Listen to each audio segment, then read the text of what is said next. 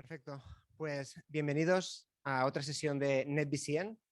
NetBCN, para quien sea nuevo en la comunidad, es, como su nombre indica, una comunidad de networking en Barcelona para hablar sobre temas de redes y sobre todo automatización.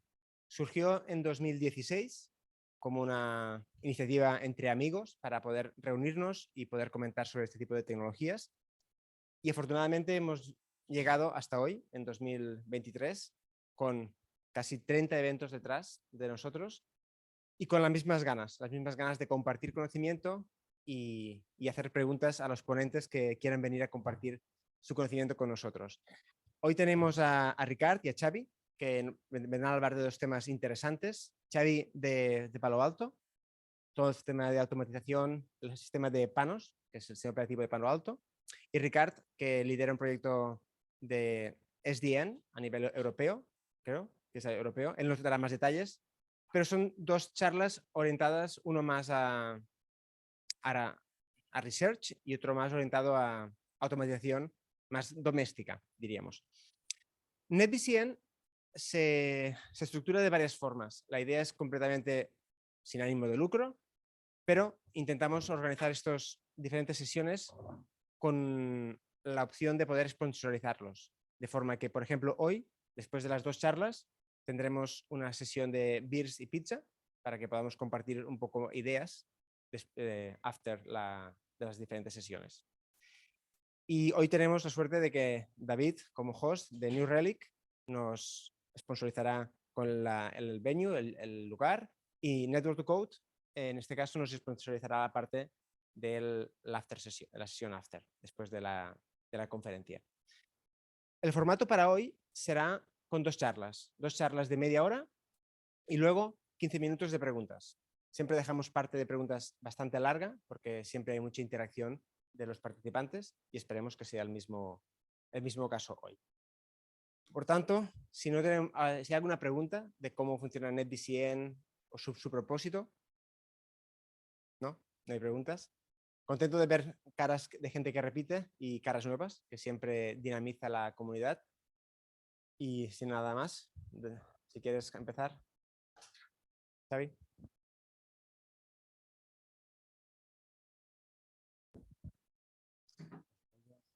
Bueno, pues buenas tardes, buenas noches ya. Gracias por invitarme, Cristian. Es un placer estar aquí con vosotros. Y bueno, yo soy Xavi Oms, trabajo para Palo Alto Networks, pero antes de Palo Alto Networks había trabajado en muchos otros sitios. Mis canas me delatan, llevo muchos años haciendo cosas. Y esta sesión es básicamente mis memorias, ¿vale? Cristian me dijo, vale, le pregunté, ¿de qué quieres que hable? No, cualquier cosa. Pues nada, mis memorias. Voy a cubrir todo un conjunto de casos de automatización, pero no voy a entrar en detalle en ninguno de ellos porque espero que genere un poco de interés y tengáis preguntas. Con lo cual, aquellos temas, aquellos puntos que creáis que son interesantes, entramos a detalle. ¿Alguien me cortará? O sea, yo voy a ceñirme los 30 minutos, pero cuando entren las preguntas, si queréis escuchar a Ricard, que alguien me pare, ¿vale? Porque suelo tomar mucho tiempo en las respuestas, con lo cual es muy interesante lo de Ricard, tenemos que escucharle a él también. Bueno, vamos al trapo. La presentación se dice automatismo de dispositivos Panos. Panos es el sistema operativo de los firewalls de Palo Alto Networks, pero no es nada técnico, ¿vale? Vamos a hablar en general de problemas asociados a la automatización de los elementos tipo firewall y cómo se pueden resolver. No explicaré cómo lo hacemos con Palo Alto, sino cómo se hace en general, con lo cual, sea Palo Alto o cualquier fabricante, pues iría exactamente igual. Yo no acabo de pirula. No vaig allà, perquè faig, Això va allà,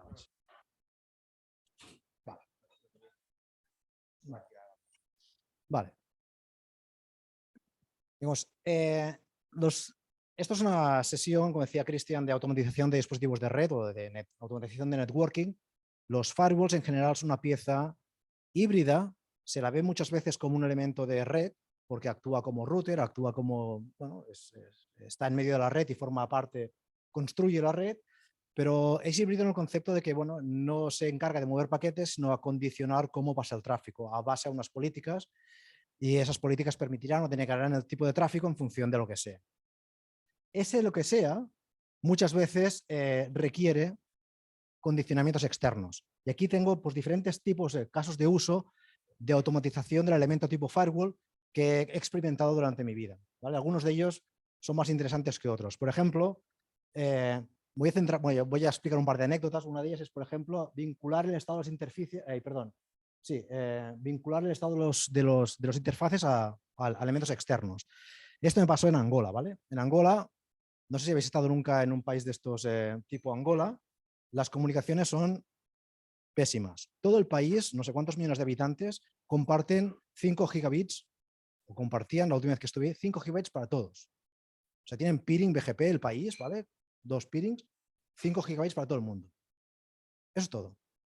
Con lo cual, pues podéis asumir que, bueno, que el ancho de banda es un bien bastante preciado. Con lo cual, ahí es muy habitual que te digan, no, yo, por ejemplo, tengo una línea vía satélite, salgo del país, me voy por el satélite, pero me cuesta una pastizal. Con lo cual, quiero utilizar la línea del satélite, pero tengo una cuota mensual de no sé cuántos megabits al mes, y cuando se me agote la cuota, no quiero seguir tirando por esta línea, quiero ir por otra línea diferente y utilizar, bueno, el resto del mes tiraré por la basurilla de red que tenemos en el país y tiraré por ahí. Con lo cual, en este caso, un ejemplo de automatización que nunca me habían planteado, que es, quiero que estés contando bytes y bits o lo que se mueva. La política es muy restrictiva de seguridad, solo permitimos ir por el satélite aquel tráfico realmente importante, pero igualmente si nos quedamos cortos de cuota y al día 20 y pico del mes se nos ha acabado la cuota, cortamos el grifo y tiramos por otra línea. Un caso de automatización. Generación de informes, todo el tema de, yo qué sé, en entornos ferroviarios es muy habitual poner firewalls en todas partes, pero no vas a desplazar un técnico a cada estación, o en centrales eléctricas un técnico a cada central eléctrica. Quieres que se dispare y se automatice la configuración del dispositivo. Quieres, por ejemplo, muchas veces vincular acciones externas a elementos de seguridad, digamos, que si ocurre alguna cosa, efectos de seguridad, se dispara alguna alerta, eso, yo qué sé, cierre puertas, encienda los aspersores de agua, cualquier, o sea, intentar vincular, automatizar eventos de seguridad. En la parte amarilla hay diferentes casos de uso que al final, cuando los analizas, todos son exactamente iguales. Automatizar la política de seguridad, modificar de manera automática la política de seguridad.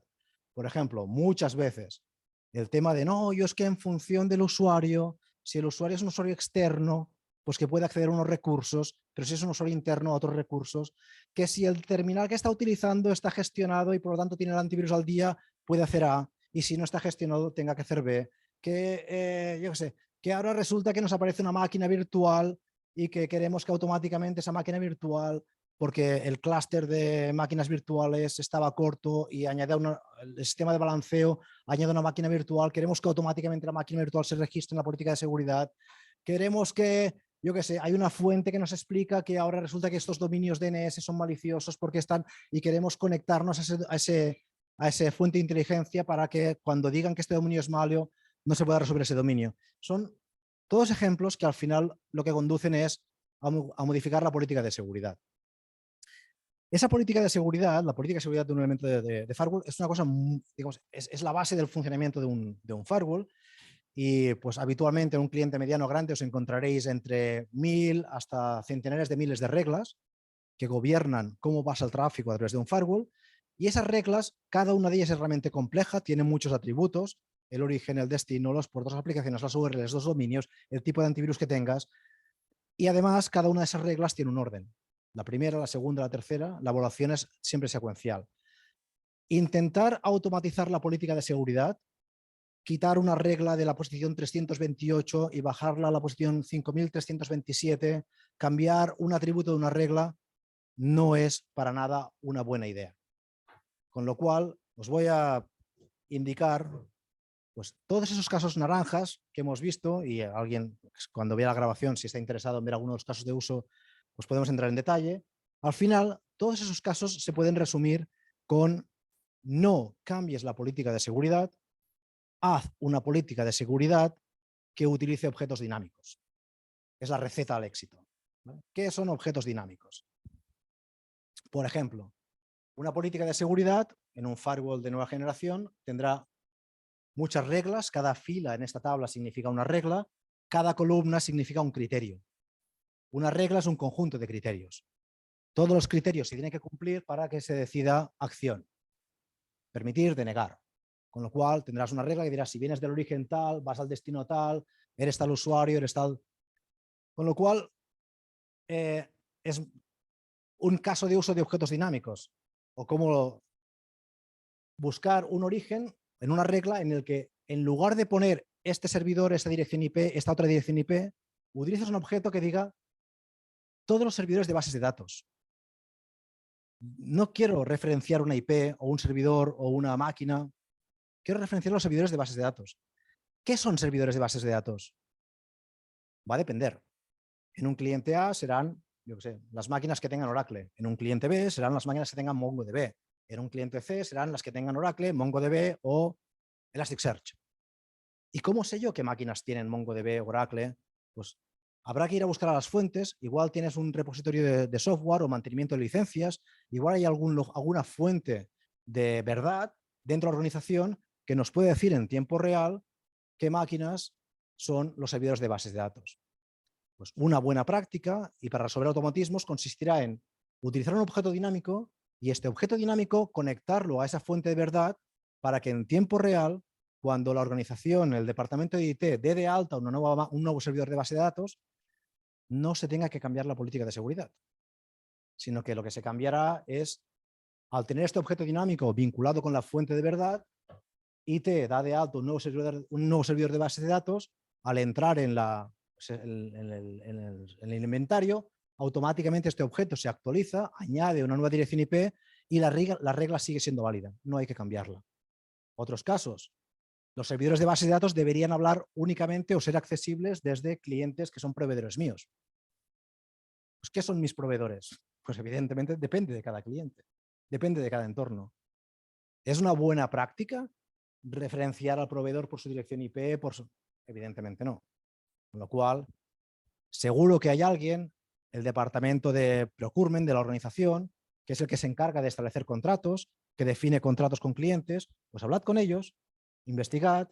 Cuando se negocia un contrato con un nuevo proveedor, ¿qué se le pide? Pues no, su facturación, cantidad de empleados, si tiene certificado A o certificado B, pídele también desde dónde consumirá nuestros servicios, cómo se actualizará, e intenta en el proceso de dar de alta de proveedores conseguir que quien se carga de dar de alta de proveedores añada en su base de datos aquellos objetos, aquellos atributos que permitirán al sistema de seguridad automáticamente vincularse, establecer una relación de confianza y cuando aparezca un nuevo proveedor automáticamente se refleje. Y así muchos objetos. Déjame que ponga algunos ejemplos concretos, ¿vale? También el tema de en máquinas de preproducción y aplicaciones que utilizan aplicaciones que entregan su servicio vía TLS mediante certificados emitidos por una determinada CA. Eso es un objeto dinámico. Y bueno, hay muy pocos clientes que lo hayan implementado, desafortunadamente, y en su lugar te encuentras constantemente, no, es que ahora en preproducción vamos a consumir un servicio o un microservicio que se consume por el puerto 4457 utilizando TLS versión 3 y, claro, y tienes que referenciarlo para que el servidor de producción pueda accederlo. No, si es un servicio de preproducción, seguro que las aplicaciones utilizan TLS y seguro que el certificado se ha emitido desde la PKI de preproducción. Con lo cual, crea un objeto dinámico que es todas aquellas aplicaciones, independientemente de dónde vengan, de qué IP, de qué puerto, que sean del tipo TLS y que el certificado digital haya sido emitido por una CA. Es otro objeto dinámico, ¿vale? Con lo cual, esta es la clave de cómo conseguir hacer automatización de los elementos de firewall y en lugar de utilizar o en lugar de intentar programar de manera automática la regla de seguridad, crear reglas, quitar reglas, modificarlas, cambiarlas de orden, crear una política de seguridad estable, robusta, flexible, que en lugar de tener objetos estáticos, tenga objetos dinámicos y que cada uno de estos objetos dinámicos esté conectado a una fuente de verdad. Pensad cuál de estos casos os parece interesante, ¿vale? Este es el habitual de la banca, ¿vale? Solo los directores o superiores pueden conectarse si tienen el antivirus al día y no se conectan a dominios fastflux. Los fastflux son que el mismo dominio, múltiples IPs, ¿sabes? Este es el que utilizan para spam y para todo el tema de phishing. Y, digamos, si en cualquier organización, seguro que preguntamos aquí en New Relic y buscamos en el departamento de InfoSec, le preguntamos quién es el top clicker. Top clicker es aquella persona en la organización que cada vez que haces una campaña de phishing es el primero que hace clic. Y cae, vuelve a caer. Y hay el top clicker, que está categorizado, y siempre, bueno, siempre no, pero con una certeza casi absoluta, el top clicker es o el CEO de la compañía, o el director de recursos humanos, o el financiero de la compañía, son los top clickers. Y es una gran obsesión por los departamentos de seguridad, por lo menos, asegurarse que los top clickers, directores superiores, no se conectan a servidores, a dominios de Fastflux. Y así es donde queráis. Estos objetos dinámicos, si vamos al detalle, se conciben en cualquier... bueno, había un bonus track que yo no me acordaba. Los objetos dinámicos también se pueden utilizar en las tablas de routing, en las FIPS, en la Forwarding Information Base de los routers. Y esto es bonus track porque, vamos luego. Luego, si alguien tiene interés en bonus track, que no me lo pregunte, ¿vale? Cómo hacer objetos dinámicos en la tabla de routing para conseguir una respuesta super fast, baja latencia a eventos externos. Pero la interioridad de los objetos dinámicos son bastante triviales. No es más que un sistema de tablas, unas tablas dimensionales, donde en el centro habrá cosas medibles. Por ejemplo, cuando recibes un paquete, eres un elemento de red. Firewall es un elemento de red, recibe paquetes. Los paquetes tienen direcciones IP origen, destinos. Es fácil extraer una dirección IP y es fácil indexar una CAM o una tabla en la cual de cada una de esas direcciones IP puedas sacar claves, foreign keys, ¿vale? Claves que te permiten conectarte con feature tables, ¿vale? Con tablas de características. Es muy habitual que tengas las tablas de dimensiones de IoT, dimensiones de tags genéricos, dimensiones de usuario y grupo, dimensiones de perfil de terminal, por ejemplo, que sea un terminal móvil, que si es Android, si es iPhone, con lo cual es relativamente fácil recibir un paquete, con este paquete sacar claves, vincular tablas y saber tener mucha información de ese dispositivo. Y todas estas tablas, cada uno de estos atributos, cada una de estas dimensiones, al final son atributos que puedes evaluar en la política de seguridad.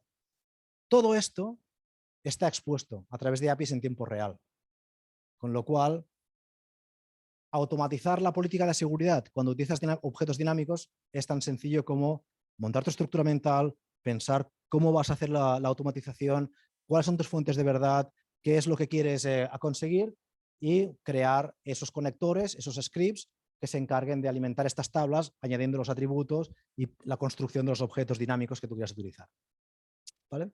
Hasta ahí la parte de objetos dinámicos y lo que es la parte de automatización de las políticas de seguridad en los firewalls. Hay todo tipo de APIs e interfaces. Si tenéis curiosidad, referencias para aburrir, buscad en Palo Alto Networks. Hay una web que se llama pan.dev. Pan es Palo Alto Networks.dev, desarrolladores, pan.dev. Es nuestra web para relación con desarrolladores y ahí tenéis toda la información de todas las interfaces, todas las SDKs disponibles, guías de uso y si necesitáis ayuda, pues ponerme en contacto con Developer Relations y ahí estoy yo, ¿vale? Con lo cual os pondrán en contacto conmigo y hablamos. Go, Python, PHP, Ansible, Terraform, OpenConfig, GNMI. Aquí pues el maestro nos ayudó a crear el interface GNMI para Panos. Sí, es todo tipo de interface, tanto push como pulls, incluso el firewall es capaz de ir a buscar fuentes externas y extraer datos, con lo cual no hace falta hacer según qué tipo de conectores están integrados. Y vamos a pasar a la segunda parte de la presentación, que es donde quería introduciros un nuevo paradigma, que es el concepto de shift left y infraestructura como código. ¿A alguien le suena como chino? ¿Infraestructura como código no debería sonar chino? ¿Suena chino? ¿Sí? ¿Infraestructura como código suena chino? Ah, vale. Vale. ¿Y shift left security suena como chino? Vale. Eso me lo esperaba. Esperaba shift left sí, infraestructura como código no. Y vamos digamos, infraestructura como código es un concepto, yo diría que está muy vinculado, nació con el movimiento hacia el cloud, cuando las organizaciones decidieron mover sus cargas de trabajo, sus máquinas virtuales, sus contenedores de on-premises en servidores de HP, servidores de Dell, y se lo llevaron al cloud. Se dieron cuenta que, bueno, pues que a diferencia de las operaciones on-premises, que eran cada uno de su padre y de su madre, en el cloud las operaciones eran como bastante estándares, ¿vale? O sea, las operaciones de Amazon Web Services, las de Google, las de Azure, las de Oracle Cloud, Alibaba, más o menos dar de alta máquinas virtuales, dar de baja máquinas virtuales, crear contenedores, eliminarlos, balancear, son conceptos que sí, cada uno de ellos tiene sus APIs diferentes, sus SDKs diferentes, pero el concepto es exactamente igual. Con lo cual, ahí se vio que en lugar de tener un documento de texto en el que decía, para montar esta aplicación, paso número 1, arranco una máquina virtual. Paso número 2, carga el sistema operativo Linux. Paso número 3, instala Oracle. Paso número 4. En lugar de hacer todo eso, se decidió utilizar unos documentos en los cuales se describía de manera electrónica y de manera estándar los diferentes pasos para construir una infraestructura, una aplicación. Todo el stack tecnológico, desde las máquinas virtuales hasta la última pieza de agente de monitorización que hacía falta poner en esa máquina virtual. Y ese documento que describe todo el stack y los pasos para hacerlo es lo que se llama un documento de infraestructura como código. ¿Y por qué como código? Porque el mantenimiento de ese documento suele seguir una estrategia la misma estrategia de cambios de software. Si habéis trabajado nunca en un proyecto de software, pues suele haber un repositorio de código donde los diferentes programadores que contribuyen hacen propuestas de cambios, hacen commit requests o pull requests, y esos cambios se validan, se auditan y finalmente se aceptan y se integran en el código. Y una vez integrados en el código, pues se compila la nueva versión y bueno, pues esa filosofía de mantener el código es la que se utiliza ahora para mantener la infraestructura. Si queréis una nueva máquina virtual, si hay que añadir un agente nuevo en las máquinas virtuales, no se instala, sino que se propone un cambio al documento de infraestructura como código para que tenga un nuevo agente, tenga una nueva pieza y tú propones el cambio, haces un pull request, el repositorio, el que mantiene, decide si se acepta o no se acepta el cambio, y si se acepta el cambio automáticamente, se integra ese cambio, se disparan los pipelines de CI/CD y se actualiza la infraestructura para que tenga ese nuevo agente, con lo cual ya no hay operadores que toquen la infraestructura, sino que automáticamente propones cambios y si se aceptan, el propio sistema se encarga de desplegar esos cambios. Pues bien, ese concepto de infraestructura como código que apareció en el mundo cloud también está apareciendo en el mundo on-premises y en concreto uno de los principales elementos que está, digamos, incorporando este concepto de infraestructura como código es la gestión de políticas de seguridad en los firewalls. Y es que yo diría que en el 90% de las organizaciones grandes, porque las pequeñas hay el cap de projecte toca directamente el firewall, ¿vale? Pero en las grandes hay alguien que se llama el responsable del proyecto, que pues, está desplegando una nueva aplicación en la organización. Y esa nueva aplicación necesitará conectarse con servicios del exterior porque consumirá APIs de no sé qué sistema, se conectará a Google Maps para descargarse no sé cuántos, se conectará, con lo cual esa aplicación que este cap de projecte está diseñando necesita de nuevas reglas en los firewalls para funcionar.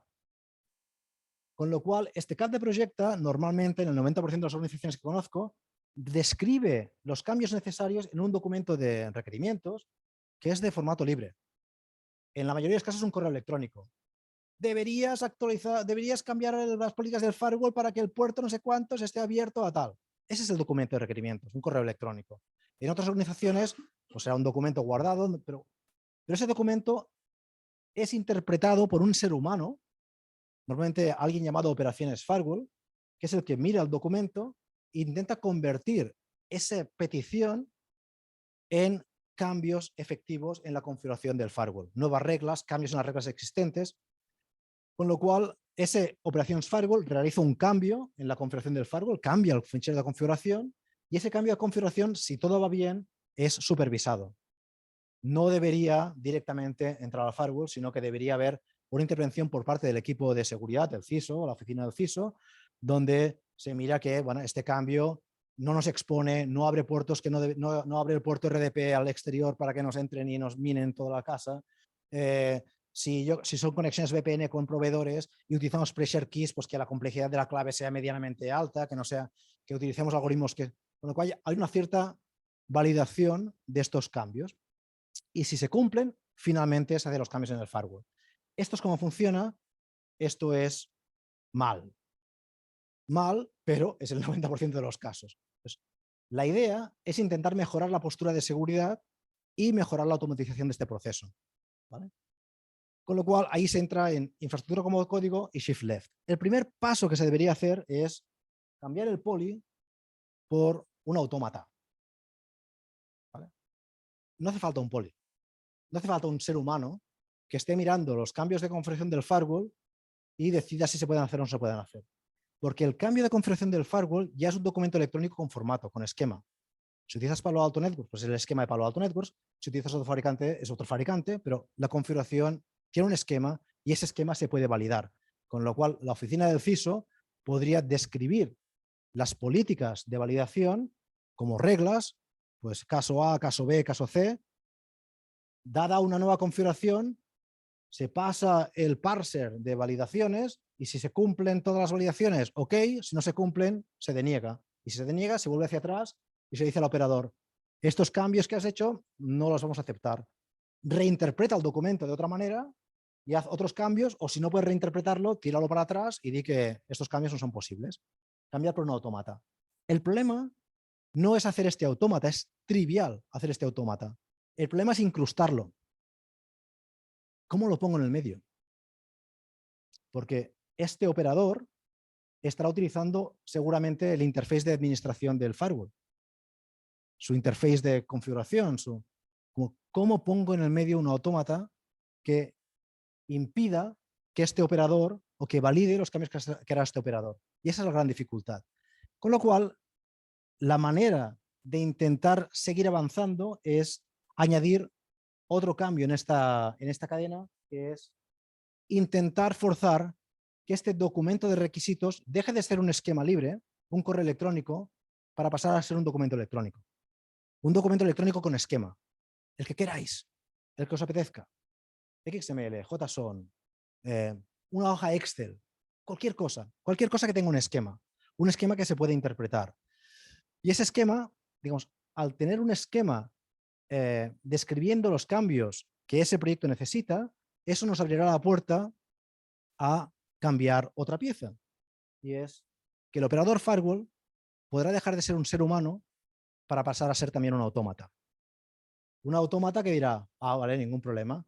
Dados estos cambios de requisito, los transformo. Esto no sería más que un transpiler o un compilador que transforma esos requisitos utilizando la configuración actual para crear la configuración deseada.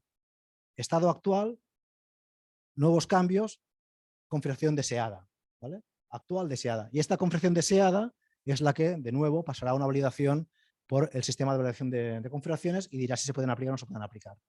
Vamos bien, ¿verdad? Y aquí es donde entra el shift left. Cuando tengas todo esto, cambia el orden. ¿Vale? Coge esto, que es la validación de seguridad, y tira para la izquierda. Shift left security es el concepto de ¿por qué me paso todo el día? Alguien ha hablado antes de resolución de problemas. ¿Quién se dedicaba a resolución de problemas? Tú. ¿Vale? La resolución de problemas es la inspiración del concepto shift left.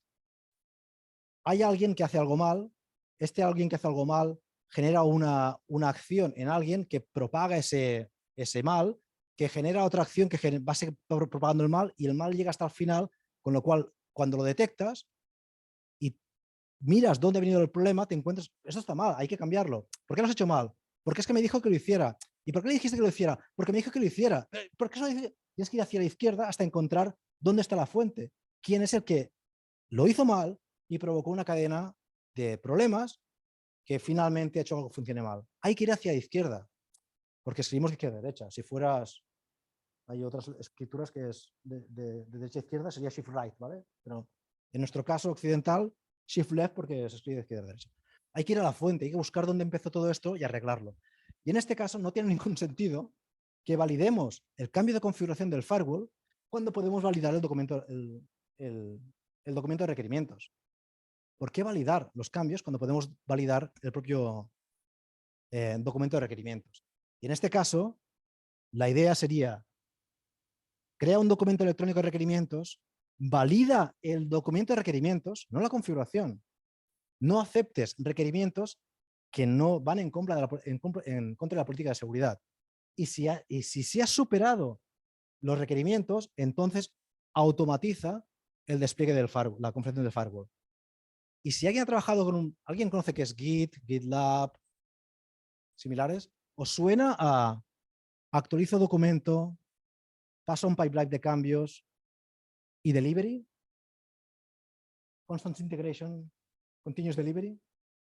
Esto es un pipeline clásico CI/CD, con lo cual, haciendo estos pequeños cambios, consigues que automáticamente este cap de proyecto quiera hacer unos cambios y pueda o no pueda hacer esos cambios en función de si el pipeline de Continuous Integration lo acepta, y si lo acepta, no hay que tocar el firewall para nada. Continuous Deployment se encargará de descargar automáticamente. Y has conseguido mover la seguridad al origen, no hay casos intermedios y automáticamente lo hace. 2 bonus track. Bonus track número 1. Ir al editor. ¿Vale? Esto podría ser un Git en el cual este cap de proyecto hace un commit y hace un commit y se despliega unos cambios, no se aceptan, se rechaza el commit. Ir a la izquierda es ir al editor. Nosotros, en Palo Alto nosotros tenemos obsesión para que el propio editor del cap de proyectos, cuando estás editando el documento, te vaya guiando y te vaya diciendo, voy a poner esta, no, es que no.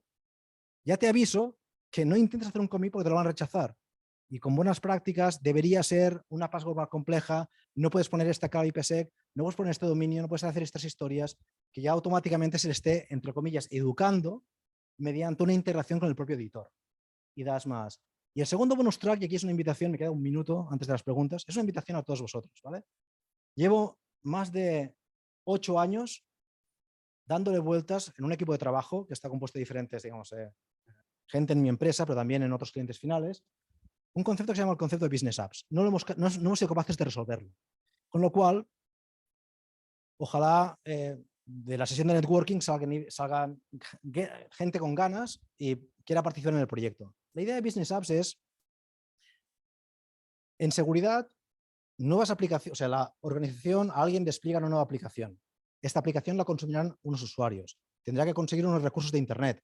Con lo cual, la idea de esta gestión de cambios es que mi IT evoluciona, mi organización pone nuevas aplicaciones, las va cambiando y esto es continuo. Pero la hipótesis de trabajo de este Business App es que cualquier aplicación que se despliegue en una organización debe ser consumida por usuarios o máquinas, ¿vale? por entidades, ¿vale? Y debe acceder a unos determinados recursos. Y ofrece unos determinados recursos. Con lo cual, parece que se podría modelar una aplicación. Por ejemplo, el directorio activo de Microsoft, cuando lo utilizamos on-premises, era una aplicación que debe estar expuesta a todo el mundo, a las aplicaciones que requieren autenticación y que consume muy pocos recursos externos. Con lo cual se podría modelar esa aplicación mediante un inventario y, como esta, podrías tener un catálogo de aplicaciones en las cuales la política de seguridad no fuera más que un drag and drop en el cual yo voy a utilizar esta aplicación y esta la tengo hecha a medida, pero también la pongo, y quiero estos usuarios que consuman estos recursos que conecten con esta. O sea, intentar hacer una especie de grafo en el cual dices qué aplicaciones se consumen entre ellas. Esto lo hicimos hace 7 o 8 años, hicimos la hipótesis, la validamos y hicimos un pipeline CI/CD, funcionó perfectamente. Hasta el día que hubo un pequeño fallo en una de las aplicaciones. Una máquina no se podía conectar a según qué recursos. Era crítico y era domingo. Y alguien se conectó al firewall y descubrió, bueno, es que el problema está en que el tráfico que viene de esta IP se está denegando por esta regla. Y miró la regla y dice, no tengo ni idea quién puso esta regla. No tiene ni idea porque la puso un compilador. No fue nunca un ser humano, con lo cual la política era realmente compleja. Un ser humano no la podía entender. Y dijo, yo es domingo, quiero irme a casa, he descubierto cuál es el problema, voy a poner una regla que lo va a permitir. Y de golpe porrazo hizo un drift, lo que supuestamente estaba y lo que realmente estaba no coincidía y se rompió toda la cadena. ¿Vale? Con lo cual, el problema es cómo conseguir que si creas un dominio, una abstracción en el cual las aplicaciones se conectan en un grafo súper chulo, cómo se pueden llevar las operaciones también a ese plano para que el operador nunca tenga que tocar aquí, sino que va a trabajar en un plano abstracto. Lo mismo que cuando alguien ha hecho código en Go o en C y lo compila y se convierte en código binario, no interpreta el código binario, sino que se ayuda de, digamos, los símbolos y la tabla de símbolos del compilador para, digamos, hacer debugging del código fuente. No hace debugging del código assembler, hace debugging del código assembler, del código fuente. Con lo cual, si tuvieras que hacer troubleshooting del firewall, no lo hagas con lo que se ha compilado, hazlo con el código fuente, los documentos originales. Está por resolver y me encantaría, pues si hay alguien que quiera participar, pues seguir debatiendo. Y hasta ahí muchas gracias, sois unos grandes. Gracias, Xavi. Bien, abrimos las preguntas. Relacionado con esto, al final has descrito el típico caso de la automatización, uno de los problemas que tienen tanto Terraform, que tienen de esto. Y al final no es una pregunta directa, sino una reflexión de que uno de los problemas que tiene la automatización es que hay que ser fiel a la automatización. Si tú no eres capaz de... Si tú haces exactamente lo mismo en Terraform y en el momento en que intentes hacer un cambio verás que hay un drift y que lo que te dicen en el status no lo vas a tener en tu plataforma y hay un problema que tienes que resolver. Y eso pasa con Terraform y con cualquier tipo de automatización que sea stateful. Lo que yo veo al menos es el tema del cambio de mentalidad en el que la automatización es la solución para esos problemas y la forma también de hacer el troubleshooting y las herramientas que te tienen. Porque si no, entras en este bucle infinito. Voy a ser crítico, yo me niego a eso. ¿Vale? O sea, primero, el problema es o te ciñes a la automatización o luego a la que operas en el resultado generas un drift, ¿vale? Una diferencia entre el deseado y el real y es un gran problema. La solución a ese problema es, hay donde queráis, incluido en el portafolio de soluciones de Palo Alto Networks, drift changes, ¿vale? Soluciones que se encargan de detectar cuando el estado difiere de la supuesta situación y te detecta el cambio y te hace un redeployment o lo que sea. Pero es una obsesión personal, ¿vale? Yo llevo años, empecé picando en C y la primera vez que hice un programa en C y no funcionaba, bueno, la anécdota es que no explicaré la anécdota, pero la primera vez que no funcionaba hice debugging. Y en esa época ya había programado el Z80, ¿no? Soy muy joven. Bueno, había una cosa llamada Z80, un procesador que se programaba de 8 bits, ¿vale? Pues yo programaba esa mierdecilla y había programado un assembler. Pero cuando hice mi primer programa en C, no hice troubleshooting de assembler, no me fui al assembler, sino que había un debugger, tío. Y podías hacer next, next, F5, F5, ibas pasando de línea a línea, ibas viendo cómo evolucionaba el código hasta que lo encontrabas. ¿Por qué no hay un debugging de Terraform? ¿Por qué no hay un debugging? ¿Por qué un operador no puede hacer next, next? Yo creo que se puede hacer. Y mi obsesión y mi hipótesis es que existe un mundo en el cual la automatización no es unidireccional, al igual que digamos, y mi paradigma, ya os digo, es código fuente, código compilado, al igual que tú compilas y cuando compilas por el camino dejas la tabla de símbolos y te dejas todas las piezas necesarias para que cuando alguien haga troubleshooting lo esté haciendo en el plano del código fuente, pues yo creo que en la automatización hay espacio también para eso. un lugar en el que tú creas Terraform, Ansible, quien quieras, lo que sea, y que esa automatización deja por el camino unas piezas y ofrece un interface de troubleshooting de tal manera que las operaciones también son ese plano abstracto y no por debajo. Es una hipótesis, es un paradigma, es un deseo, no lo sé, pero es una obsesión personal y llevo, ya os digo, más de 8 años intentando conseguirlo. Evidentemente empezaré por las piezas más fáciles de hacerlo, pero creo que debe ser posible. Y si alguien quiere participar, bienvenido sea al grupo de hipótesis de trabajo. ¿Te animas? Sí. Hola, ¿qué tal? Bueno, en primer lugar, muchas gracias por la charla, muy interesante y realmente es muy bueno ver cuando la gente comparte sus experiencias porque claro, te ves reflejado un poco y te das cuenta de que realmente cracks y todos estamos como que en los mismos, pues llegamos a las mismas limitaciones, ¿no? Entonces, algo que estabas hablando acerca de lo del debugging y todo eso, a nosotros nos ha pasado también que nos ha ayudado bastante a extraer mucho más el código en la manera en la cual cada parte del código hace algo en específico y ahí al momento de que hay una excepción, de que hay un error, ya sabes, ya agarras mucho más fácil que fue esta parte del programa, que fue esto, que mira, trataste de crear, por ejemplo, en mi caso, que atomizamos equipos de Siwan, trataste de crear esto y esto ya estaba creado, trataste de hacer esto y necesitabas poner una máscara correcta y tal. Entonces creo que también pasa por hacer una automatización en la cual segmentes muy bien lo que quieras hacer y también tú estés consciente de que estás registrando lo que está pasando. Si algo sucede, bien, si algo no sucede, no, y que tú tengas una manera en la cual lo puedas, así sea por logins o por lo que sea. Y yo creo que abre, o sea, una ventana mucho más interesante con la inteligencia artificial y todo eso, a que tú mismo puedas aprender de los logs que estás quedando, de las cosas que estás dejando, ¿no? Y creo que a futuro eso es algo que podría ayudar mucho, ¿no? Cómo sacar resultados de... Pero claro, es la base, ¿no? Siento que la base tiene que ser buena y tienes que dividir bien tus tareas, ¿no? No hacer un programa gigante que haga una sola cosa. Y bueno, esa es una reflexión nada más que tengo con respecto a eso. Y otra pregunta, que esta es una pregunta, ¿vale? Que, que me ha pasado es cuando quieres implementar un pipeline, ¿no? De CI/CD o algo con recursos de redes que ya están vivos. Porque claro, cuando estás desarrollando una aplicación y quieres probar un servicio de backend o lo que sea, es fácil en un contenedor subirla, quitarla y crearla desde cero, crear un mockup. Pero claro, cuando quieres pasar cambios a producción, ¿cómo has visto, o sea, para ir un paso más que validar sintaxis, ¿sabes? ¿Cómo puedes estar o qué puedes hacer para estar un poco más seguro de que lo que vas a poner no va a petar, de que la parte de CI, de los tests, cuando haces eso, funciona? Esa sería mi pregunta.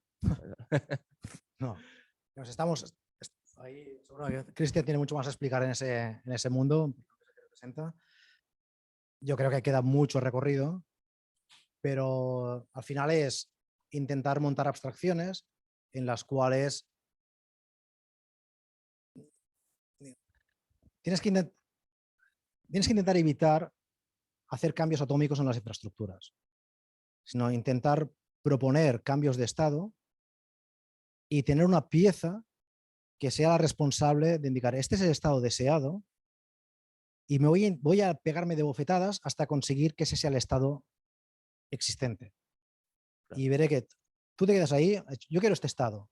Yo intento hacer una capa intermedia que diga, me han pedido este cambio de estado, este deseo, voy a intentar conseguirlo. Y he fracasado, he tocado aquí, he rebotado, pues bueno, pero que exista una capa intermedia suficientemente sólida como para que tú te despreocupes, que lo has pedido y tarde o temprano llegará. Y ahí, por ejemplo, la gente de Google está muy obsesionada con el tema del GNMI OpenConfig. No sé si habéis estado en otras sesiones del... Pero es la idea de a mí no me toques... O sea, tú eres fabricante de networking. Yo te digo, este es el estado deseado y haz lo que tengas que hacer para conseguir ese estado final. En un YAML dice esta interfaz tiene que estar arriba y tiene que estar arriba. Y ya está. Y a mí no es mi responsabilidad tener que estar monitorizando a ver si ha funcionado o no ha funcionado. Con lo cual yo creo que la fuerza de Google y de muchos operadores está haciendo que esos interfaces existan, que muchos fabricantes tengan que asumir ese extra de trabajo que hasta ahora no es mi problema. Tú me has dicho que cambie el interface, lo he intentado, ha fallado, pues inténtalo de nuevo, ¿no? Pues hay un shift left, en este caso, al fabricante. Te he dicho que es el estado, tienes que arreglarlo, hazlo como puedas y no es mi responsabilidad. Entonces, si se asumen esas responsabilidades donde toca, estaremos en un mundo en el cual esa capa intermedia de lo que tú pides y lo que realmente tiene que haber cada vez sea más estrecha, más fina y eventualmente desaparecerá y no tendrás que preocuparte de... Pero estamos lejos. Queda el camino. Pero muchas gracias, no sé. Tenemos para una última pregunta y luego también tendréis tiempo después para hablar con Xavi y hacerle más preguntas a él. Hola, felicidades por la charla. Una pregunta. Entonces, a lo mejor lo que hay que ir es más a la izquierda y como has puesto tú en el gráfico de DCI, es decir, ¿por qué no se cumple la regla primaria, primitiva, cuando se creó esa regla? Es decir, ¿esa regla dejó de funcionar a posteriori o justo ya en el momento que se creó ya estaba dando fallo? Es decir, a lo mejor el orden influía o una regla posterior hizo que esa regla anterior empezara a fallar, ¿no? Entonces, a lo mejor la inteligencia hay que hacerla en el proceso de creación del documento. En ese momento, a lo mejor habría que hacer una prevalidación de que esa regla que se va a introducir, luego, al analizar las reglas del firewall de arriba a abajo, no bloquee ninguna de las reglas que están por debajo, ¿no?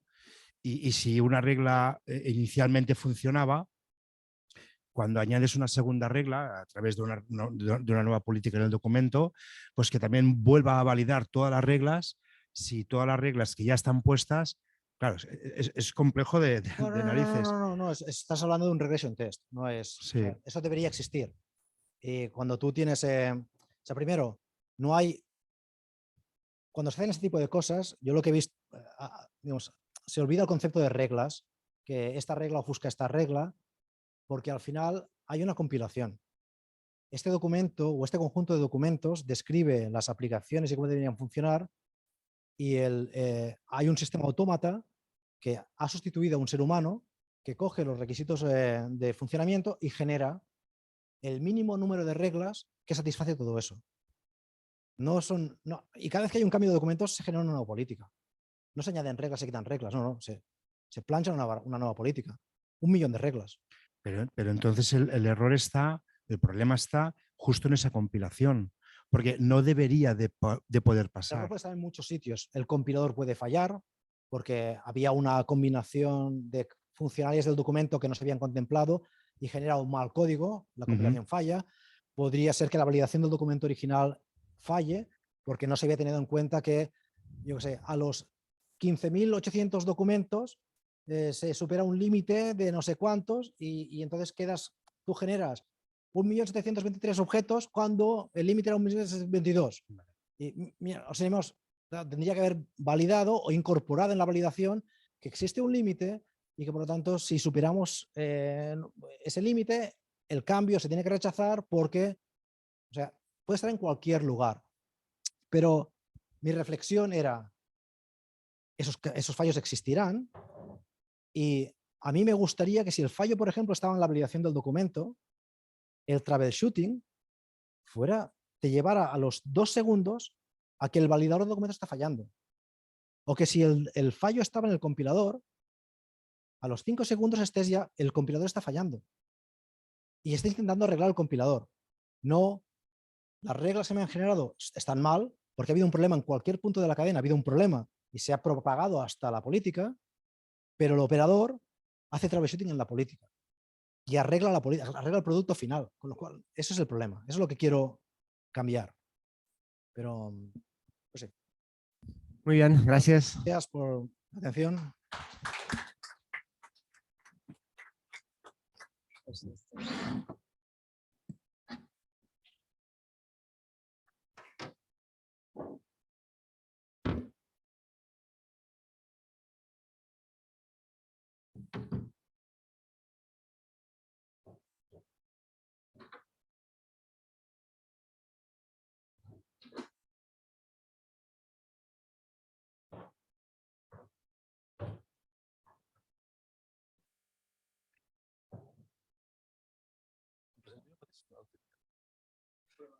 Hola.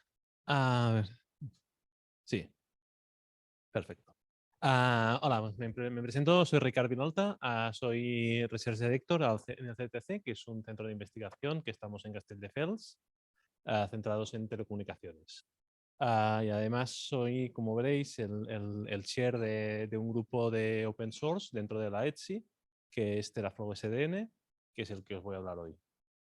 Cualquier pregunta que tengáis me podéis interrumpir en cualquier momento, voy a intentar ir rápido. Es una presentación muy densa, con muchos aspectos de red que no sé si estáis habituados, son desde la perspectiva típicamente de un operador de red, como sea Telefónica, Vodafone, uno de los grandes que tiene redes troncales, que debe gestionar routers y tanto ópticos como a nivel IP. Por lo tanto, pues puede ser, es un entorno que no estoy acostumbrado a hacer la presentación, pero bueno, creo que puede ser muy interesante vuestras dudas y lo que os pueda presentar yo hoy. ¿Qué presento? O sea, lo que intentamos presentar es un nuevo controlador de redes, SDN. Todos estáis acostumbrados, todos habéis oído hablar de las redes SDN. OpenFlow, qué viejo, hace 20 años que estamos hablando de lo mismo. Sí, pero no.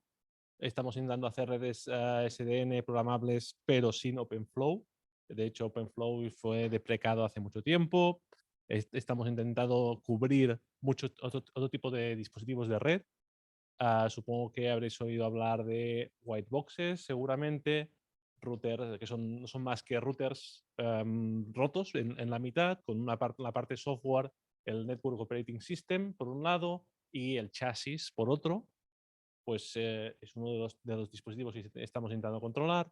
Estamos intentando controlar también switches P4, que son los nuevos, digamos, los nuevos switches OpenFlow, que son más programables, con muchas más características, mucha más flexibilidad, menor latencia. Pues es lo que estamos buscando con este proyecto. Y lo que vendemos, básicamente, o sea, es una asociación open source, una comunidad open source, donde tenemos operadores, tenemos vendors, tenemos academia que está contribuyendo para hacer un controlador de red nuevo. Luego voy a hablar de los dos clásicos. Este es empezado de cero con una nueva filosofía, la filosofía Cloud Native, basado en microservicios, todo distribuido para poder escalar. Que nos encontrábamos, que teníamos los controladores clásicos, pesados, monolíticos, donde escalar a nivel de cantidades de elementos que pueden controlar o escalar a nivel de tipos de flujos de red era impensable. Con lo cual, pues rompemos esos controladores y presentamos propuestas nuevas de nuevos elementos. Que sean europeo es un plus. Intentamos seguir la normativa de seguridad europea. Siempre desde el punto de vista de la Comisión Europea, pues es un valor añadido. La comunidad es global. Nuestro objetivo es solucionar problemas del operador. Tenemos al operador, a varios operadores en nuestro grupo y son los que más o menos son los que nos indican cuáles son sus problemas y cómo intentamos resolverlos a través de sus problemas, con sus use cases y eso. Luego también, pues, open source, creemos que es bueno para la comunidad.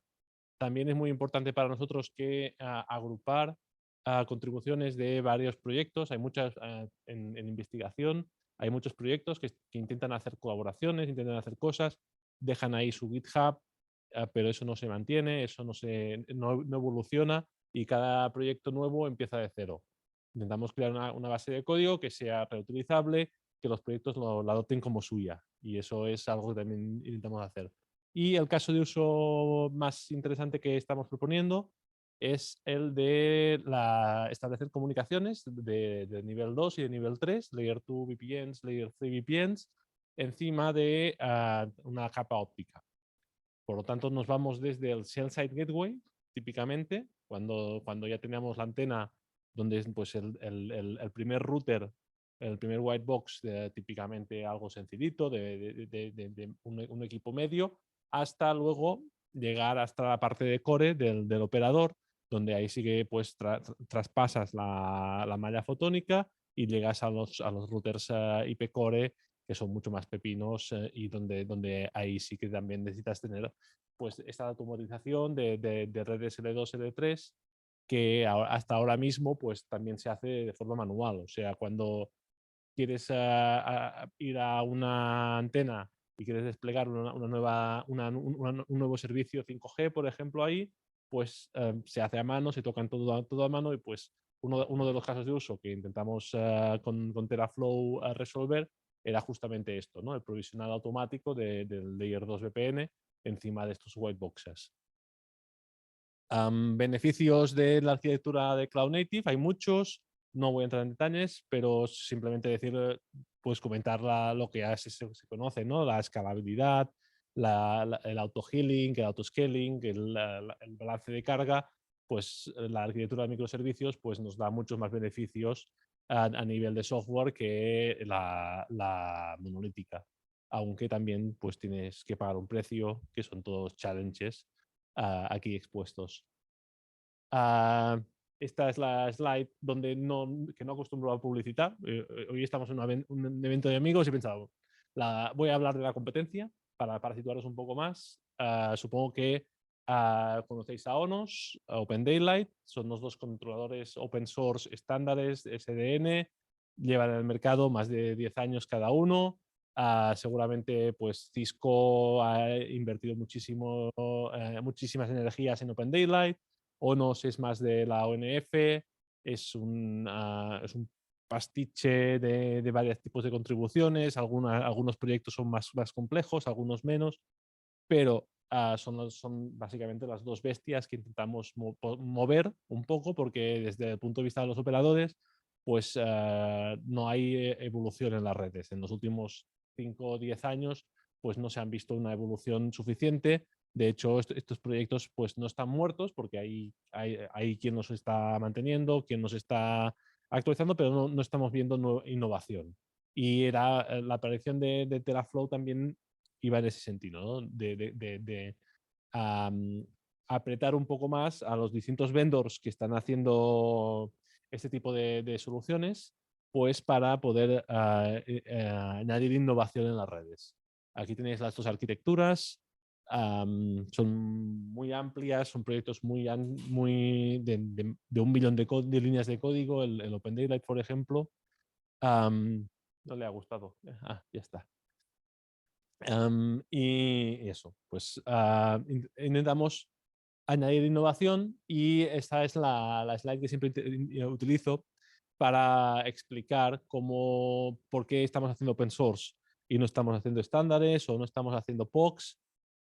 Creemos que todo tiene su juego, pero en la balanza del open source pues llevamos la innovación más rápido al mercado. Nos interesa que los vendors incorporen estas innovaciones. Si lo hacemos en forma de estándares, el ciclo de llegada a los productos es demasiado largo. Con open source hemos observado que muchos vendors directamente adoptan el open source si tiene una gobernanza sencilla, con lo cual tiene mucho más sentido pues si quieres incidir en un producto, pues directamente generar una comunidad open source e intentar posicionarte ahí. Las métricas de suceso, de que lo que estamos haciendo bien está funcionando, es romper los silos. O sea, nos interesa sobre todo desde el punto de vista del operador que no haya silos de hardware, que los operadores no quieren un único vendor. Pues de hecho, comprar a Nokia, Ericsson o Huawei, este triunvirato es un problema para ellos porque que significa que tendrán soluciones cerradas, intentan por eso siempre que pueden pues ofrecer a comprar a multivendor, de tal modo que es siguiendo estándares, siguiendo el open source que hay disponible. De hecho, Google con el OpenConfig, el GNMI que has comentado antes, pues está haciendo eso. Muchas de las cosas de OpenConfig están orientadas a romper el hardware de Cisco, básicamente, para poder tener varias implementaciones encima de sus necesidades, ¿no? Y OpenConfig pues modela cómo debe ser un router en genérico para poder luego, pues, cada vendor comprarlo, pero Google gestionarlo todos a su manera.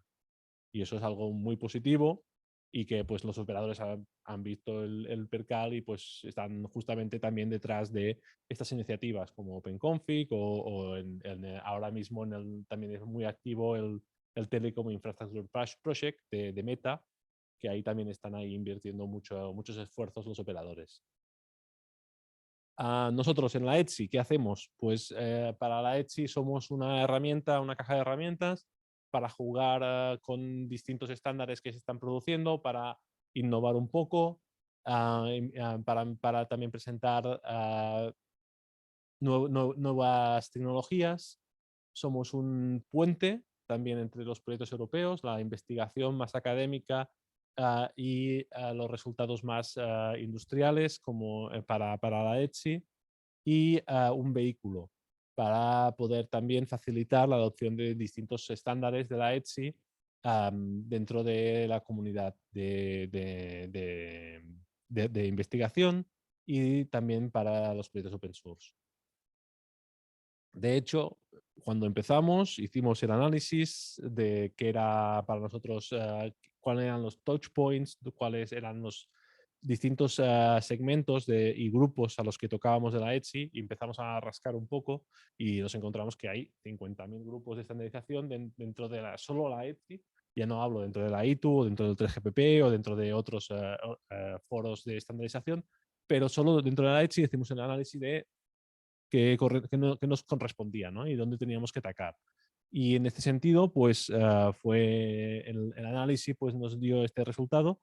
No voy a entrar en detalles, pero supongo que, no sé si Open Source Mano lo conocéis, es nuestro primo de Zumozón, en el sentido de que es el NFB Orchestrator, el orquestador de redes de NFB. Clásicamente también hay otros productos como OwnApps, puede ser que hayáis oído, o desde el punto de vista de telco, pues el que se encarga de desplegar servicios de red virtualizados. Para Teraflow es el controlador de red SDN, y pues eso, pues por ejemplo, si lo comparamos con la Linux Foundation, OSM es ONAP, Teraflow es OpenDaylight. Y esa es la comparación. Dentro de las funciones revirtualizadas tenemos nuestro papel, dentro del MEC, del Multi-Access Edge Computing, también tenemos nuestro rol. Zero Touch Service Management es una iniciativa dentro de la Etsy para analizar distintos closed loops en la gestión de los servicios. Por lo tanto, también sobre todo para fomentar la automatización de red.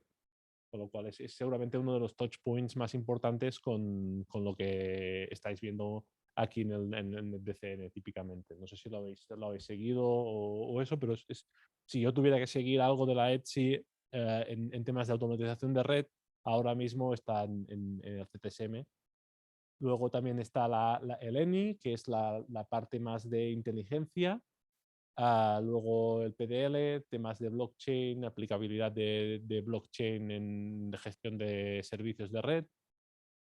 Luego el Microwave Transport Working Group para temas de enlaces punto a punto de red. Y el Securing AI, este es uno de los nuevos working groups de la Etsy, que se focaliza en la inteligencia de red y sobre todo en protegerla, ¿no? Contra los ataques generativos, por ejemplo, los GANs, pues cómo proteger la inteligencia artificial de un componente para que no se pueda romper. Todo esto para decir que pues somos una pequeña comunidad, aún hemos empezado hace medio año.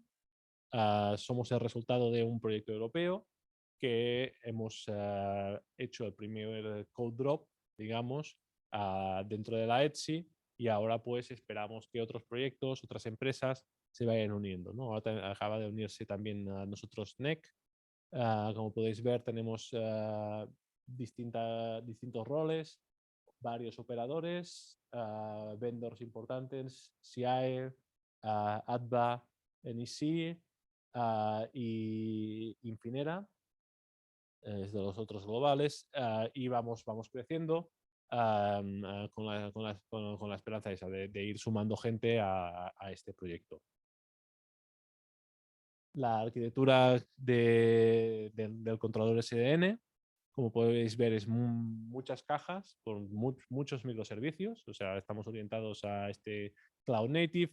¿En qué nos beneficia? Pues cada una de estas cajitas puede ser un pod que puedes escalar, puedes monitorizar el estado, por ejemplo, toda la parte de Traffic Engineering o de Path Computation, la puedes desplegar en varias instancias en función de la carga de computación que tengas en ese momento. En función del número de elementos de red, pues el SBI también lo puedes escalar. Tenemos una base de datos escalable que es el context también para gestionar este tera de flows que llamamos. Aquí tenéis más o menos los distintos elementos de red que somos capaces de configurar ahora mismo, desde cosas muy simples como los white boxes que os mencionaba. Estos son routers a nivel de IP que son configurables vía OpenConfig.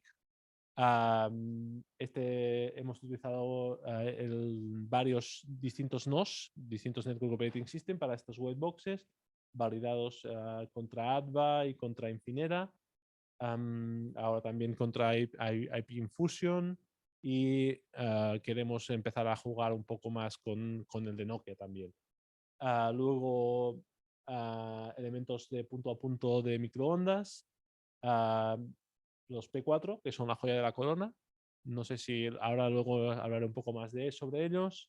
Y luego fricadas como el XR Optics, punto multipuntos a nivel óptico, o la Transport API de la ONF, que es básicamente cómo se gestiona la malla fotónica de una red troncal de un operador. Estas son las distintas southbound. Para el northbound tenemos pues típicamente despliegue de servicios L2 VPN, L3 VPN, de tal modo que de forma automática pues configuramos los distintos elementos de red.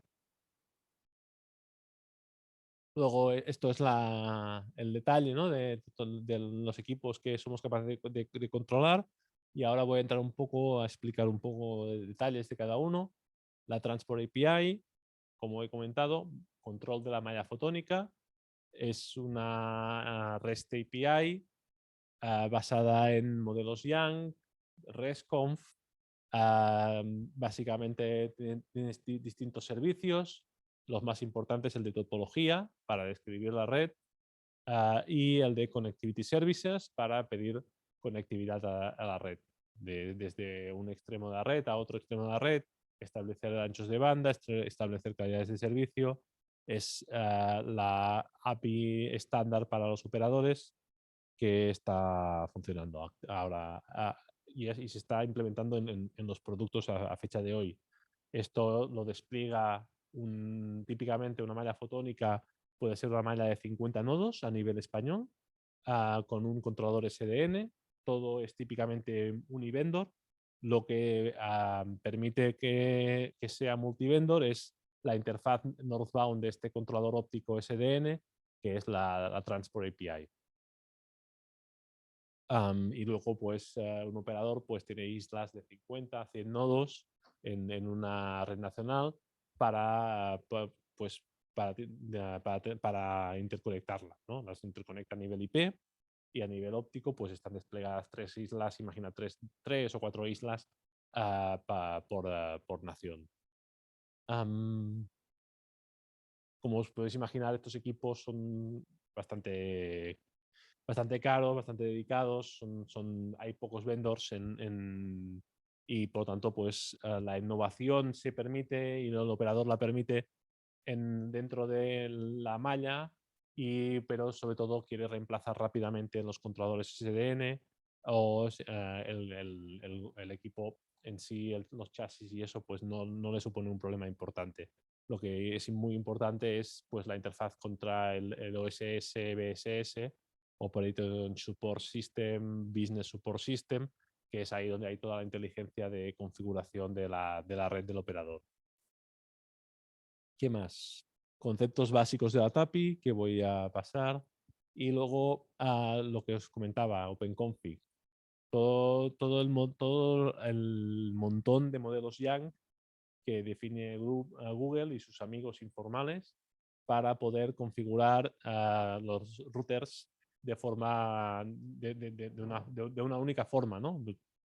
Quieres comprar Cisco, quieres comprar Juniper, quieres comprar lo que sea, Arista, pues este es mi modelo de gestión de routers. Y no es un estándar porque lo defino yo y mis amigos, pero como yo y mis amigos compramos el 50% del mercado de routers, pues al final pues te estoy obligando más o menos a implementar.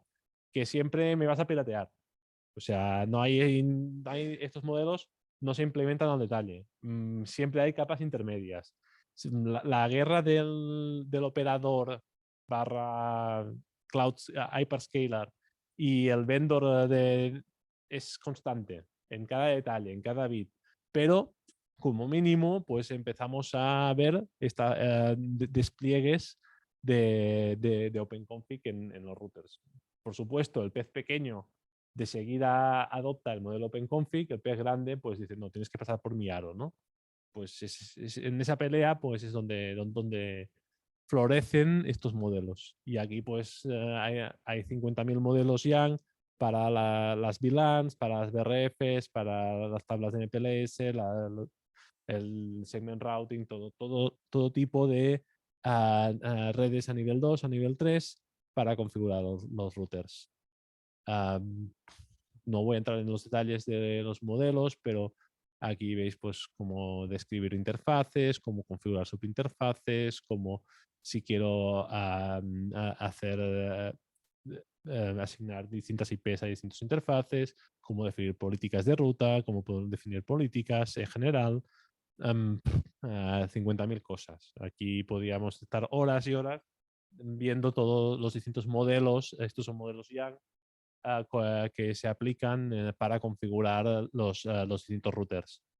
Nuestro soporte para los whiteboxes, como he comentado, Layer 2 VPN, Layer 3 VPN, validados encima de Infinera y ADVA, whiteboxes de EdgeCore y de ADVA.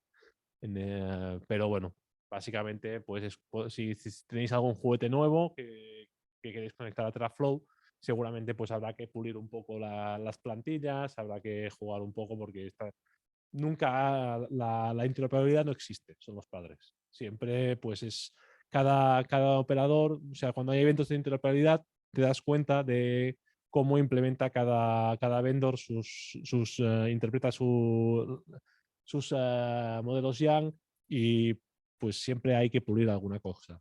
Pero bueno, pues cada vez al final, cuando hay una referencia open source, pues es la que acostumbra a validar pues la gran mayoría y todo el mundo se acaba alineando. Eso es lo bueno de ofrecer las cosas en open source, ¿no? Que te entienden luego a converger. Es uno de los motivos por los cuales estamos haciendo el Teraflow SDN. El modelo de los workflows que implementa Teraflow para configurar las Layer 2 VPNs a través de los modelos OpenConfig. No voy a entrar en muchos detalles. Este ya es para explicaros lo que es P4. ¿Hay alguien que sepa qué es P4 en la sala? Para ir rápido, lento. ¿Tú sabes qué es P4? Pues así voy a ir un poco más lento, porque creo que es importante, porque es una evolución bastante interesante de lo que son los switches programables. Aquí tenéis la historia de OpenFlow. Podéis ver que es una historia discontinuada, en el sentido de que fuimos subiendo el número de match fields, ¿no? Tenemos un paquete IP que podemos analizar de ese paquete IP. Tenemos primero pues desde las cabeceras de nivel 2, que igual es el MAC source, MAC destination, el tipo de el ether type. Luego nos vamos a nivel 3, IP source, IP destination,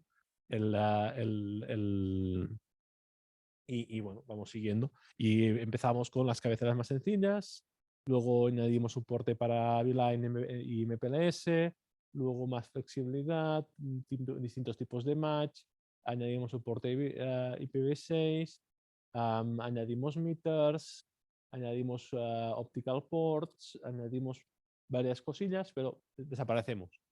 ¿Por qué? Porque las cabeceras de los paquetes pues, son variables, nos puede interesar reprogramar estos matches, ¿no? Típicamente, pues, cuando queremos analizar flows, pues en el propio switch, pues queremos poder variar, y es por eso que ahora aquí tenemos, pues en la 1.4 teníamos los 41 tipos distintos de match que podíamos, que estaban ahí fijos, y la idea es pues ir a un modelo más flexible donde podamos reprogramar automáticamente los switches, que el análisis de cabeceras pueda ser variable, que lo podamos utilizar para múltiples usos, ya sea en redes más tipo LAN, ¿no? Tipo campus, o también en redes de más tipo operador. Nos interesa también pues en un futuro pues ser capaces de incluso añadir cierta inteligencia directamente en los switches, de tal modo que reduzcamos latencias, por ejemplo, y todo eso pues nos limitaba mucho OpenFlow, y es ahí donde aparece P4, ¿no? Con los nuevos dispositivos de silicona pues tipo Tofino, tipo y otros, pues nos permite pues definir pipelines de forma más programable con un nuevo lenguaje, el P4, y que pues define este contrato, ¿no? Entre el plano de control y el plano de datos. Y ahí es donde pues empezamos también en Teraflow SDN, pues dijimos tenemos que dar soporte a este tipo de switches porque creemos que es el futuro, porque nos permiten reprogramar las cabeceras, nos permite en tiempo real pues añadir nuevos tipos de flujo, y es lo que también pues estamos dando soporte, y es de las cosas que están llamando más la atención de Teraflow SDN. Voy a ir más rápido ya porque se me está pasando el tiempo y aún no he hablado de muchas cosas. La integración con nuestro hermano mayor, el OSM, es un hecho. Tenemos todas las características, use cases, todo esto que ya más o menos he ido pasando por encima de ellos. No voy a hacer una demo en tiempo real, pero recomiendo que si os interesa, tenemos vídeos en YouTube para que podáis ver las distintas demos. Nos integramos con el Hyperledger, por ejemplo. Esta es una red de 5G, cómo nos posicionamos ahí. Este es uno de los ejemplos más interesantes de cómo la red de un operador y cómo pues, con Teraflow SDN controlamos distintos tipos de elementos de red. También pues cómo somos capaces de hablar entre distintos controladores de forma peer, o incluso temas de seguridad que también estamos analizando dentro del proyecto. Es un proyecto de investigación también, no hay que olvidarlo, con lo cual también estamos pues añadiendo algoritmos, añadiendo cosas para detectar ataques tanto al controlador en sí como también a las redes que estamos gestionando. Luego, nuestro único punto de entrada, que es el que os recomiendo que visitéis si os interesa, os ha gustado la charla y queréis más recursos, tenemos tfs.etsy.org. Allí tenemos todos los recursos, tenemos tutoriales, tenemos máquina virtual del controlador, emuladores de los distintos dispositivos de red, y por supuesto pues el repositorio de Git del controlador, donde veréis que hay todo el mundo haciendo contribuciones con un CI, CD pipeline ahí también pues para contribuir. ¿Qué decís? ¿Me lo quiero probar en mi ordenador? Los requisitos son bastante pequeños, no son muy grandes. Tenemos una máquina virtual, 18 gigas, eso sí, pero te la bajas con 4 virtual CPUs y 8 gigas de RAM, pues la puedes correr, y ahí puedes trastear un poco con los distintos microservicios que hemos desarrollado. También pues te la puedes instalar tú mismo si quieres, todos los pasos. Nuevas features. Estamos también investigando cómo hacer todo el GNMI, cómo hacer toda la telemetría de los distintos elementos de red, recogerla y procesarla dentro de Teraflow, desde las cosas que ahora en la siguiente release va a coger importancia, porque es básicamente pues no solo configurar, sino también ser capaces de leer el estado y actuar en consecuencia. Es parte del pipeline que estamos, que queremos, de los workflows que queremos desplegar en el Redis 3. Y nada más, o sea, esto es el origen fue un proyecto de investigación, creamos una comunidad y ahora estamos buscando una comunidad de distintos proyectos de investigación que contribuyan aquí. Y nada, si queréis, sois más que bienvenidos. Aceptamos también contribuciones individuales y aquí tenéis nuestros canales en caso de que tengáis alguna duda. Pues muchas gracias por la atención.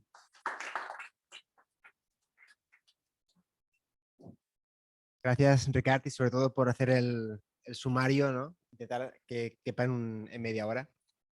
No sé si tenéis alguna pregunta, alguna duda que os gustaría preguntar. ¿Alguna cuestión? ¿Sí? ¿Sabe? Perdona, sé que me apunto a la última parte de la presentación. Este P4 no lo conocía, estaba buscando un poco de información, muy interesante. Estaba también mirando la comparativa con eBPF. Y es porque tengo un proyecto en mente y me gustaría saber tu opinión. O sea, es básicamente, más allá de los servicios de paquetes clásicos, de forwarding de paquetes, servicios avanzados de NAT, de seguridad que pudiera tener esa red. Y está buscando la plataforma para hacerlo. Entonces, tu opinión, yo lo voy a hacer en eBPF, pero ahora me quedan dudas de P4. Son campos de aplicabilidad distintos, ¿no? eBPF lo haces encima de COTS, encima de cualquier tipo de servidor y eso. Y si quieres un chipset dedicado y quieres aprovechar al máximo la silicona de un switch, tienes que ir a P4. Yo creo que P4 es para algunos chips. No es cualquier.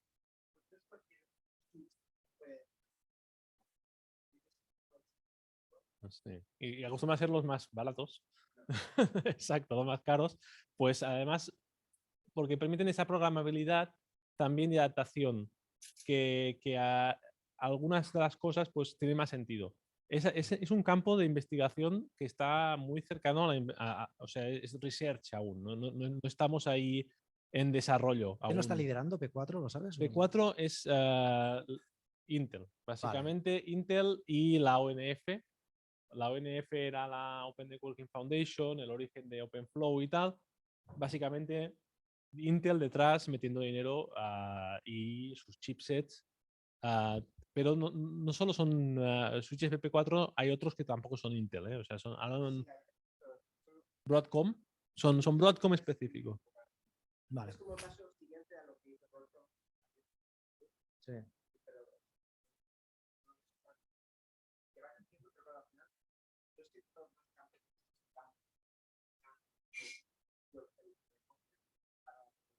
Vale, gracias.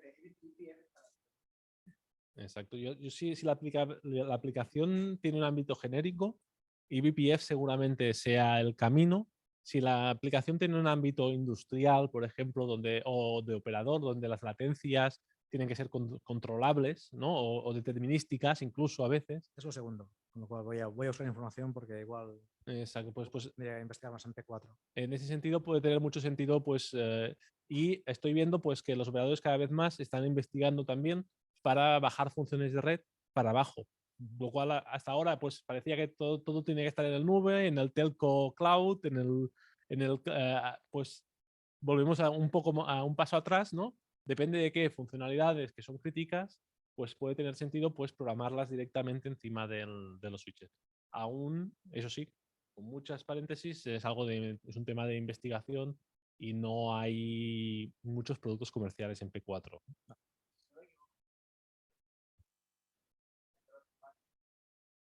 Sí, exacto, es el mismo. Muchas gracias. Venga, va una pregunta antes de las pizzas. ¿Tenéis alguna cuestión? O si queréis, luego podéis hablar también con Ricard. Venga, va, una pregunta de Jorge. Me preocupa estar entre las pizzas y vosotros. No. Cortita, también refería a P4. vos nombraste algo recién de NAT. ¿Lo ves como una posible aplicación y es algo que está sucediendo? ¿Hay algún desarrollo comercial en este momento o alguna solución existente para NAT en línea, ¿no? Sobre todo. Todo lo que estoy viendo en P4 es experimental. Para ser honesto, aún no he visto ninguna solución comercial encima de P4. Y ¿tiene sentido? Sí, porque cada vez más eso, pues empiezo a ver dentro de los autores de los operadores de que empiezan a probar cosas de este tipo, ¿no? Cosas muy sencillas, de NAT. También estoy viendo, o sea, por ejemplo, en la red de 5G, lo que va a ser, puede ser el caso de uso estándar de éxito de P4 es el User Plane, el UPF. El User Plane Function es una de las partes del 5G Core, que es la donde pasan todo el plano de datos, donde se filtran los usuarios, y en ese filtrado de usuarios, tipo de gateway o incluso de firewall, pues es donde pues, tiene sentido pues, utilizar un router programable por esa baja latencia, ¿no? Para no introducir en el plano de datos, no introducir latencia o tenerla controlada como mínimo. Por lo tanto, puede ser estamos hablando de trends que pueden ser de 10 años vista, no de hoy para mañana. Pensando tal vez un caso de uso bastante sencillo que permite un primer desarrollo, un primer salto comercial tal vez, para que eso después puede evolucionar tal vez, no en Palo Alto, en una cosa como Palo Alto, pero en un firewall otra cosa, ¿no? Primero un NAT, un PAT sencillo, o la aplicación que decías de filtrar usuarios. Exacto. Esos son este tipo de casos de uso que, para empezar, va a ser difícil convencer a los operadores, que ellos lo están investigando dentro, pero tienen sus ciclos de innovación, son muy lentos, no son los habituales. En entornos de hyperscaler, pues ahí vas mucho más rápido y en 6 meses puede estar en producción. En un operador, olvídate, 5 años mínimo. No, porque te preguntaba porque, por ejemplo, hoy un operador mediano chico, si tiene que resolver un problema de NAT en línea, puede recurrir a un Palo Alto, supongo yo, a un vendor que te haga, ¿no? Costo de licencia, costo de hardware, etcétera, etcétera. También se están verificando las opciones sobre Whitebox, ¿no? P4, en este contexto, ¿va sobre Whitebox o necesitas este hardware, estos ASICs que estábamos hablando, que son específicos y que soporten la plataforma? Es bastante específico. Vas sobre Whitebox en el sentido de que el chasis en sí puede ser de varios vendors, incluso el chipset, los ASICs estos, pues tienes tanto los de Intel como los de Broadcom, con lo cual tienes varios fabricantes, pero es verdad que es un Whitebox. Sí, no. Yo creo que